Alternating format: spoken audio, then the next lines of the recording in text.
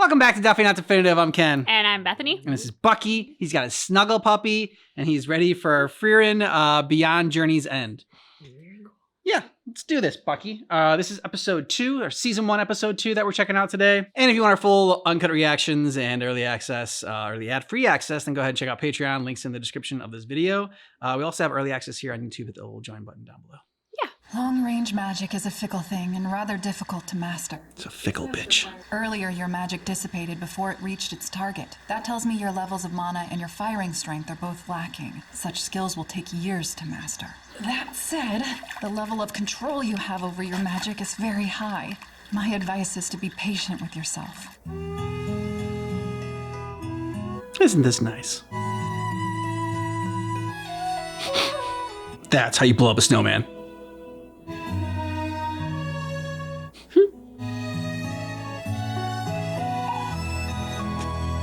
This guy spends a lot of day in his underwear. You can have all my broccoli or Brussels sprouts. She's sitting on the water? Kind of what it looked like. Yeah. Is Fern's training coming along smoothly? In a short 4 years, she's learned more than most. Oh, wow. Okay. Been there for 4 years now. Regardless, she's still a long way from becoming a proper mage. I'll have deciphered the grimoire before she reaches that status. Is that so? Excellent. The odds this text contains anything pertaining to... Heiter? You can wipe that look of pity off your face. I consider the fact I stayed on my feet for so long a minor miracle. I will try to be quick with my work. Thank you, my friend. Fern, I need you with Heiter. He collapsed. Put your training on hold. But I still haven't shot through the boulder. I have no doubt you'll achieve it eventually. Right now, we... It cannot be eventually. Why? When eventually comes, Master Heiter will have passed away. That man saved my life, you know. Throwing away your life now would be an utter waste. A long time ago, I lost someone too. He was a dear companion whom I cherished very much. He would sooner sacrifice his life than abandon someone in need. Since I'm not the type for such selflessness, I planned to live out the rest of my days quietly. I realized something. If I sat and died in silence, all I learned about friendship, strength of will, and courage, all of the precious memories we had made, they would vanish like they had never been. I misjudged you, dude. And I think it would be a waste for you to die. Good job. I have to show him he did the right thing back then. Saving my life can't be his final regret. Regret? He definitely doesn't regret it. Do you remember everything that I've taught you so far? Yes. Now forget all of it. Then do as you like. Be very convenient. Yep, now she's standing on the water.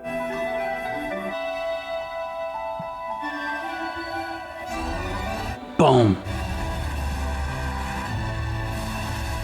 I mean, music's building up to something. The rock better be in pieces. Or just have a perfect hole in the center. Yeah. There weren't any spells for bringing back the dead or granting immortality. Worth the try. If such spells did exist, Avig most surely would have cast them on himself. Then why bother? Kept you here, looking after Fern. So she made it in time. It'll be hard for you to say she'll get in your way, now won't it? You deceived me, didn't you? Yeah, you're pretty gullible. Your payment for decrypting the grimoire is in the desk. I must ask you to leave this place tonight. For what reason? I'm sure you can see that I'm not much longer for this world. Doesn't want want her Fern. to be here. Yeah. Please take care of Fern for me. No point in feigning courage again. Not now. She has been ready to say goodbye to you for a long while. Your only focus before you die should be giving her a proper farewell and making as many memories as you can. Oh, Frieren, you really are a kind girl. Okay, sweet. So it's like one person gonna die each episode. I'm looking forward to that. Yeah, that's gonna be great. Yeah. Fun times. Why did you save Fern? It's just like a tiny little head. Because that is what Himmel the hero would have done. You're right. Proper A goodbye. good guiding voice. Hey, there you go. Perhaps I'll listen as well. Wasn't right in the center though. She still has room for improvement. She's working on her aim. Pour one I out. can't thank you enough. Without your help and guidance, I couldn't have repaid Master Hyder. Then you should be thanking him for deceiving me. Well, shall we be off? It didn't have to be magic. Pumpkin time! Love pumpkin season. Thank you kindly for your help. As for your payment, take this. Paper. Awesome. Such simple work lately. What did we get paid in this time? More folk magic. It's a spell that produces warm tea. The other day we learned a spell that cleans rust from bronze statues. And before that, there was the one for turning sweet grapes sour. Why would you want that spell? Collecting the strangest spells. That Yeah. is my hobby. It sounds to me like you really do love magic, Mistress Frieren. Only somewhat. The same as you. We're the same. You're absolutely sure you wouldn't mind doing me a favor? I can't say I have any spells to teach you in return. Any information we can learn on local flora is helpful enough. There he is. A statue of Himmel the hero. The poor boy is in terrible shape. I would clean him myself, but it's too much for one old lady, and I can't convince the other villagers to care.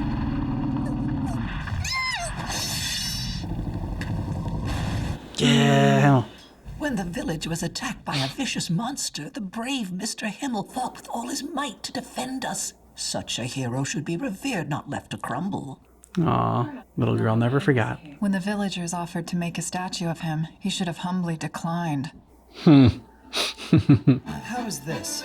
You don't think it's too handsome, right? He spent 18 hours choosing a pose, driving the... and they settled on something ridiculously ordinary. I've never heard that before. Come to think of it, there was an elven mage in the hero's party, wasn't there? So, shall we clean him up? Thank you so much. There isn't a speck of rust anywhere in sight. Good thing you collected that spell. I'll have to plant some flowers soon. We can do You that. could do that. You have a spell that produces flowers, don't you? Blue moon weed flowers would be best, Then why those? because they grow in Himmel's hometown. You can't conjure flowers you haven't seen before. Blue moon weed. Haven't heard that name in years. A beautiful lush field of them used to bloom right outside my house. So they don't grow here anymore? Seems they died off on us. It's been several decades now since they were last spotted in these lands. She's making some guacamole. Let's go. Did she just take those squirrels with her? Think so. You're hiding something. Whatever it is, I won't be upset. Squirrels. Found friends, did you? I believe they're seed rats. I'll take them outside. Sea rats? Seed rats. Oh. Think it's a fancy name for squirrels. Well, Fern, shall our moon weed quest commence? I think squirrel is a fancy name for seed rats. Yeah, that sounds better. If we're able to find and analyze them, we can conjure blue moon weed wherever we like. You're doing this for Himmel's sake? I believe I'm doing it for my own. Good turtle.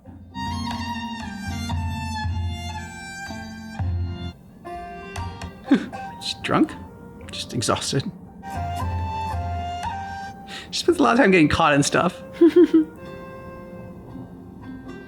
We've scoured these woods for 6 months. I don't think we're going to find it. Perhaps it's time we broaden the radius of our quest. Fall, pretty. It's leaf peeping season. It's been quite a while since you two first arrived in this village. So, have you found any blue moon weed? Is our search a lost cause? She's so quick to fixate on anything relating to magic. She's going to continue this hunt for years, if not decades. Given her strength as a mage, she has the power to save whole cities of people. She shouldn't spend her time looking for something so tiny, something that may not exist. You're so young, child. Is that simply a polite way of saying you think I'm wrong?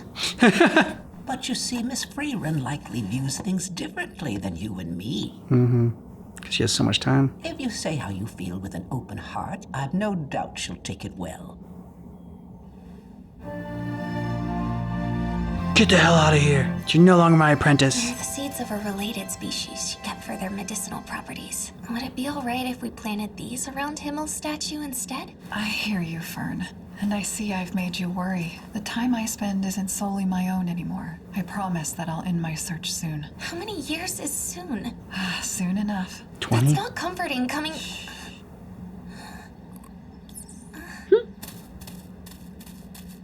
Shall we see where it's heading? Seed rat. I I've been wanting to ask, why do you collect spells in the first place? It's just a hobby of mine.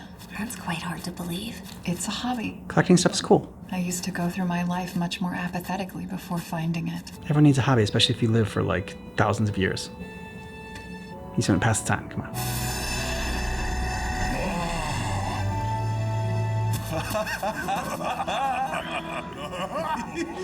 Gross.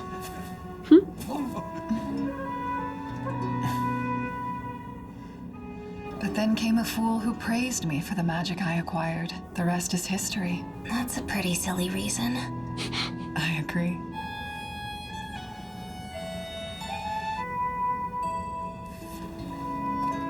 Is that... A flower petal. They say seed rats store their food by burying it in safe places away from their enemies. They're clever little... Like in my wife's flower pots. Yeah. So they often forget where they hide their reserves. Blue moon weed? A flower grown in my homeland. They're truly beautiful. They grow pretty heroes, too. Shall we get going then? Frieren, I'd like to show you them someday. If the chance arises.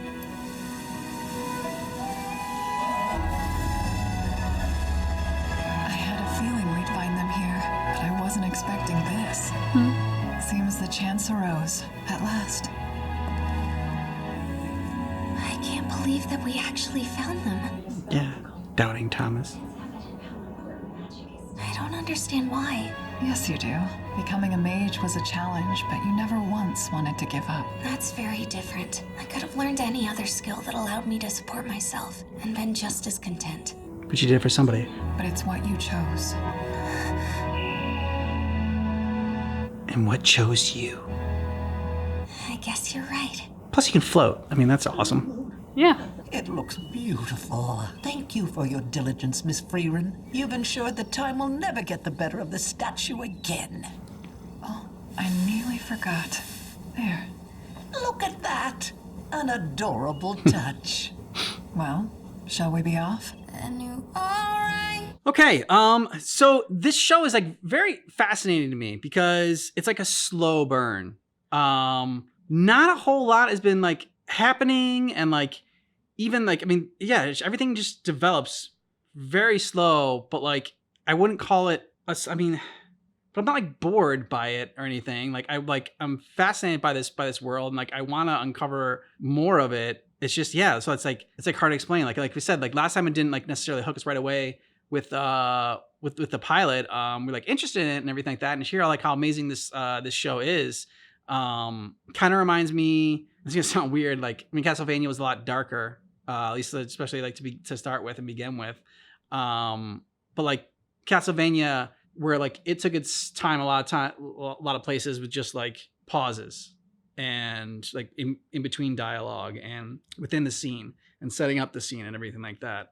And I feel like that's kind of doing this within the story. I don't know if that makes sense. Yeah, I'll admit I was sitting here too, and I was thinking like, man, this is just so peaceful, like sitting here watching the show. And then I was thinking, and it feels very, in a way, kind of surprising that our community was recommending it and excited about it when we consider that like the other things we're watching are Dragon Ball and Full Metal Alchemist and like these shows that are very full with action and fighting and like very a lot faster paced. Yeah. So I was just sitting here, I was like, huh. And then of course they were talking in the episode about like the difference between what I interpreted as like age versus youth, which is, you know, like youth is always in a hurry. Mm-hmm. Everything seems to take forever when you're young. Like I remember, oh my God, after Christmas was over, the thought of having to wait a whole year for the next Christmas was like an insurmountable wait. And it was like forever. Like, would I make it to next Christmas? I don't know. It's so far away. And it's like now as an adult, it feels like, man, like work is busy and life is busy. And like before you know it, it's like Valentine's Day. And then, oh my God, it's 4th of July. And then, oh, here we are at Halloween. Like it just, everything seems to go faster. And so it was fun watching Frieren just basically talking about like, you know, she had a little more time to work on this magic and everything comes in its time. And when the time was right, then they would move on.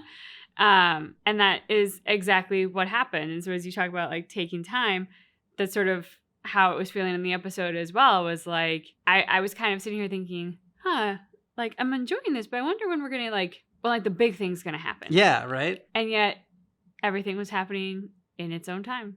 Yeah, exactly. Like, it's like watching an RPG playthrough. You know, like we've done like some side quests. Like one of the side quests was like you can go and you can get Himmel flowers like for his for his grave, and you know, we went about and did that. And like back to the youth thing, like Fern is sitting there being like, can we get back to the main quest? I mean, you know, I just want a little bit more action. Like the main quest things, like side missions are okay, but like how long are we gonna be on this side mission for?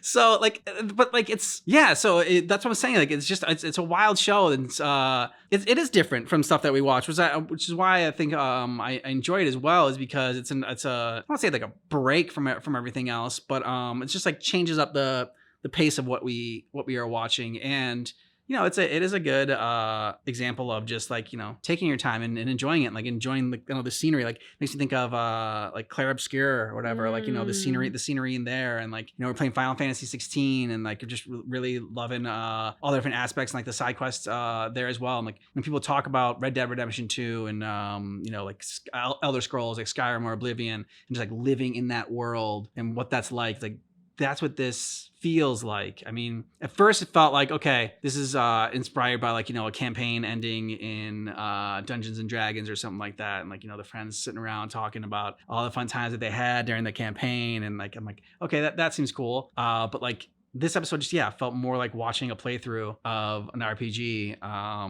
But yeah, like, you know, just not realizing that that's what you're doing. I also liked the humor that was in here, like with Frieren talking about Himmel and like the statue pose and like then in the flashback with Himmel, you know, there was it's gonna sound weird, but I'm gonna say it even though it doesn't. It was like a quiet humor, like nothing was pushed or forced or sticky, but it felt the way that like people would really talk. And then you in that flashback and you see him with the pose and, you know, her memory of him, it all felt very authentic. You know, and to how you were saying, like a break from the other content we're reacting to, it's not that we don't enjoy that content. We absolutely do. Yeah. But like this brings a diversity to the content that we're watching that I think is in a way kind of reactivating us and re-engaging us in a new fashion, because we don't know what's coming next. And everything is kind of just this peaceful, slow burn. Like I have every faith that something's going to happen. I don't think the entire season is going to be this Zen-like. But if it is, I wouldn't be sorry for that either. Like I'm not bored at any point. And there is something about this that is just very well crafted in terms of the voice actors and the stories they're telling. And I think really capturing that essence of like the loss of a hero.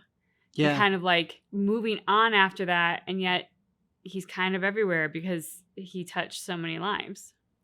Yeah, I agree. And like, you know, enjoying the fact that, okay, it's not just, I mean, maybe it will be going forward, but like, you know, our Himmel dies first episode and then Corrupt Priest dies the next episode.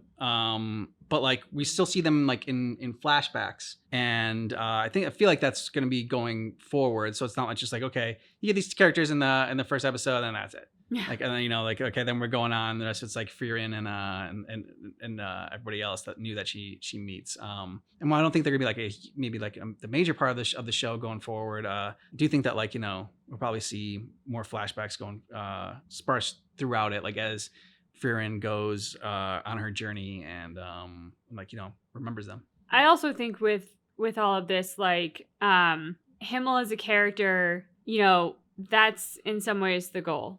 Like if the impact that you leave on this earth is that after you're gone, people think of you and go, well, better, yeah.